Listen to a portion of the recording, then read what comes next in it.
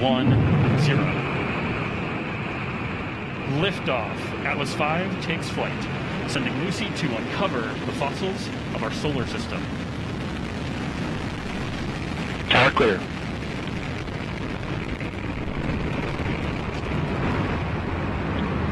RD-180 propellant utilization has gone to closed loop control. The vehicle has begun the pitch yaw roll maneuver.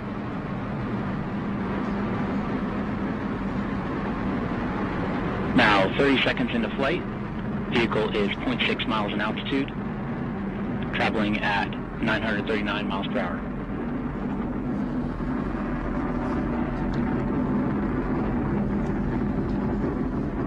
RD-180 performance continues to look good at this time. Engine pump speeds and injector pressures are in family for this thrust level.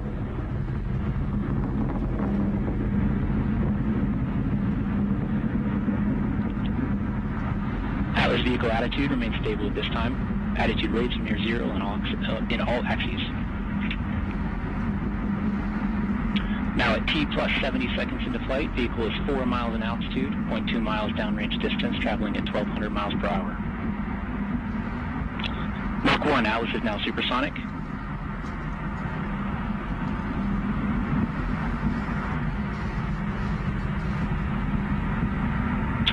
Vehicle is now passing through max Q, maximum dynamic pressure.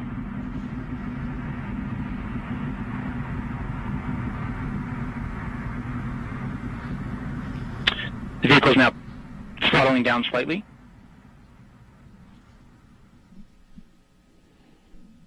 RD-180 engine parameters continue to look nominal after the prior adjustment to the thrust level.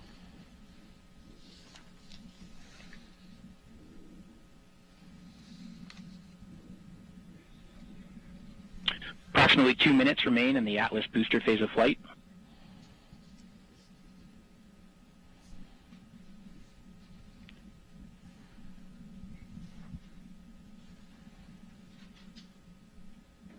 The Atlas V rocket weighs now just 1/2 of what it did at launch, burning propellant at a rate of 2,600 pounds per second.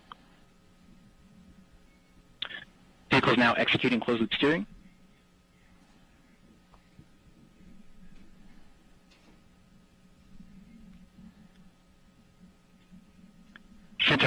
Centaur reaction control system is now pressurizing the flight levels.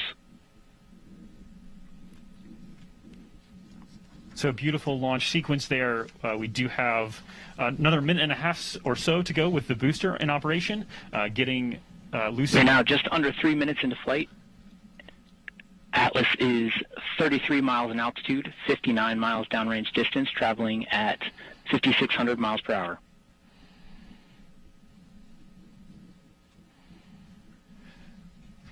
So Lucy being lifted up out of the atmosphere by the booster, getting on its way into a park orbit before we get towards... All first stage vehicle systems are operating as expected at this time. Future portions of the launch activity, we have the Centaur multiple burns ahead and spacecraft separation. Yeah, the big milestone we should see, Josh, coming up is booster engine cutoff, which would be the first stage cutoff and then stage separation. The main engine is now throttling to maintain a constant 5G acceleration limit. We're going to see a few things happen pretty rapidly. The booster will cut off just after 4 minutes, and then within the next 15 seconds after that, we should see the Atlas separate from the Centaur, and then the Centaur engine ignite for its first burn. Centaur has begun the boost phase chill down sequence, and the RD-180 is now throttling to maintain a constant 4.6 G acceleration limit. Boost phase chill down sequence has completed, and we have BECO, booster engine cutoff, and a successful stage separation event. So what you're seeing on screen is an animation that's being driven by actual telemetry. Please start on the RL-10. So we are watching these things in an animation happen here, but they're happening in real time as well. And MES 1, we have ignition for the first burn.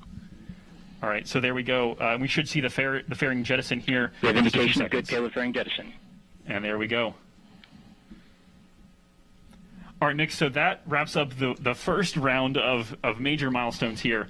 Still very much in the middle of dynamic flight. The PU system on the RL-10 is now in an open loop burn-off mode to burn off excess fuel in the early portion of this burn.